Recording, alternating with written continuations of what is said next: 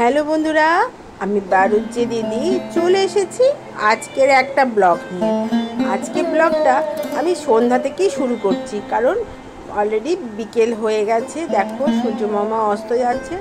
আমার কিছু গাছ আমি ছাদে চলে এসেছি। জামা কাপড় দেখো ছাদে মেলা আছে। ঠাকুরের বাসনটাও ধুয়ে ফেলেছি। ছাদে না আসলে তো দিন আমার ভালো লাগে না, তাই ছাদে চলে আসলাম। আর এদিকে দেখো গাছে এত বৃষ্টি হচ্ছে, তারপরেও ছাদে গাছগুলো কীরকম পাতা নুয়ে যাচ্ছে। কি করব, এদিকে তো শরীর তো ভালো না। এই ভিডিওটা শ্যুট করেছি আমি 17ই আগস্ট। বন্ধুরা, বাড়ির তো সবারই শরীর খারাপ, হ্যাঁ, সেই নিয়েই চলছে। যাই হোক, আজকে আমাদের পাড়ার ক্লাবে কবি সুকান্ত ভট্টাচার্যের 100তম জন্মবার্ষিকী উপলক্ষে প্রোগ্রাম হবে। তা আমিও সন্ধ্যাবেলায় তৈরি হয়ে চুড়িদার পরে বেরিয়ে গেছি।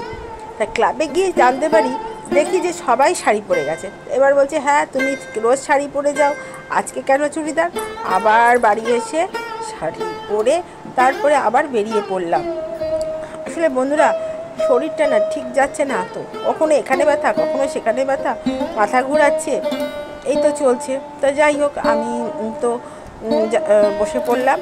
অলরেডি প্রোগ্রাম শুরু হয়ে গেছে, কিন্তু আমি তোমাদের ভয়েস শোনাতে পারবো না। কি হবে বন্ধুরা বলো?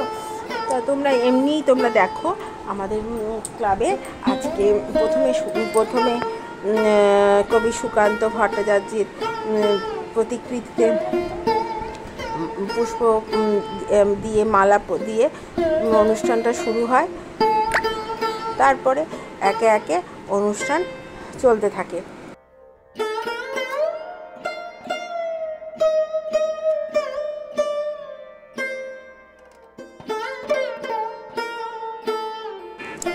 আমাদের পাড়ারই ছোট্ট মেয়ে সুকন্যা আচার্য এখানে ঘোষিকার কাজ করছে। সে সুন্দরভাবে তাকে অনুষ্ঠানটার পরিচালনার দায়িত্ব দেওয়া হয়েছে। সে সুন্দরভাবে পরিচালনা করছে। সুকান্ত ভট্টাচার্য 15ই আগস্ট 1926 সালে জন্মগ্রহণ করেছিলেন। তিনি ছিলেন বাংলা সাহিত্যের মার্ক্সবাদী ভাবধারার বিশ্বাসী এবং প্রগতিশীল চেতনার অধিকারী এই তরুণ কবি। মাত্র 21 বছর বয়সে প্রতিভাধর কবির দেহাবসান ঘটলেও সামান্য কয়েক বছর অত্যাশ্চর্য কবিত্ব শক্তির পরিচয় দিয়ে অশেষ খ্যাতি অর্জন করেছিলেন তিনি।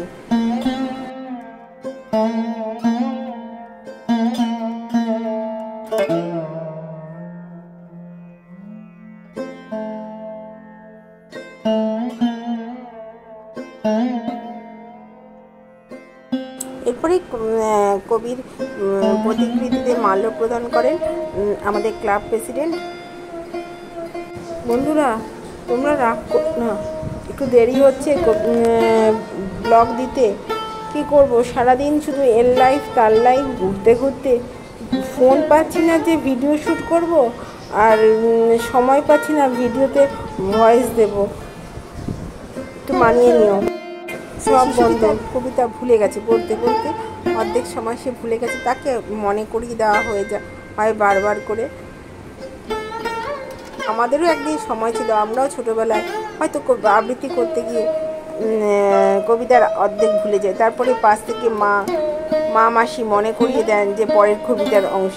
ঠিক সেরকমই আজকে এই শিশুটিকে দেখে নিজেদের ছোটোবেলায় ফিরে যেতে ইচ্ছা হলো, কিন্তু তোমাদেরকে দুঃখের বিষয় শোনাতে পারছি না।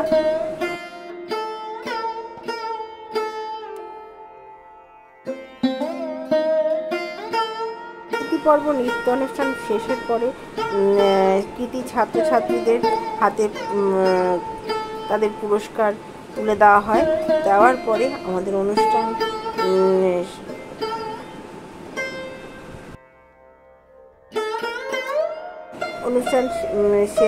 শেষ হয় এবং আমাদের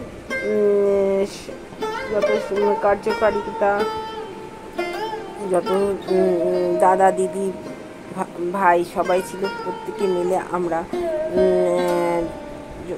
জাতীয় সঙ্গীত গান গেয়ে আমরা অনুষ্ঠান শেষ করি।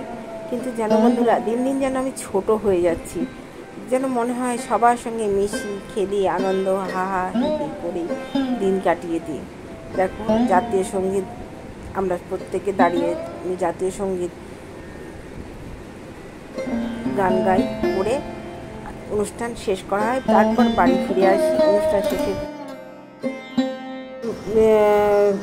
মঞ্চের বাদিকে যে একটা ছেলের ছবি দেওয়া আছে, ও মাত্র এবছরই মাধ্যমিক পরীক্ষায় ভালো নাম্বার নিয়ে ফার্স্ট ডিভিশন পাস করেছে, কিন্তু রেজাল্ট বেরোনোর কিছুদিন পরেই সে আমাদের ছেড়ে অমৃতলোকে যাত্রা করেছে, খুব অল্প বয়সেই। তার নাম কৈরিক ভট্টাচার্য। আমরা তার জন্য সত্যি খুবই দুঃখিত যে এত অল্প বয়সে এত ভালো ছেলেটা আমাদের ছেলে চলে গেল।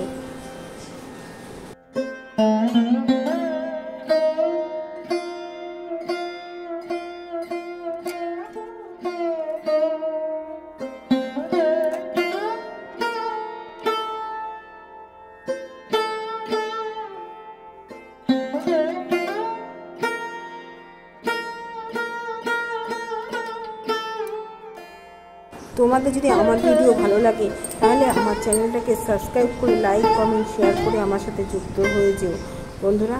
আর বেল আইকনটা টিপে দিতে কিন্তু ভুলো না। এদিকে বাড়ি এসে পরের দিন সকালবেলায় ব্যানার্জিও বসে গেছে আটা বেলতে, এদিকে মেয়ের শরীর খারাপ, মেয়েকে নিয়ে চলে গেলাম ডাক্তার দেখাতে। আর ওই জন্য ভাত মেখে নিলাম, বাড়ি এসে ভাত আলু ভাজা মেখে দিয়ে ভাতটা খাইয়ে নেবো। তোমরা আমার সঙ্গে থেকো বন্ধুরা, একটু দেরি হচ্ছে, রাগ করো না কিন্তু তোমরা আমার উপরে।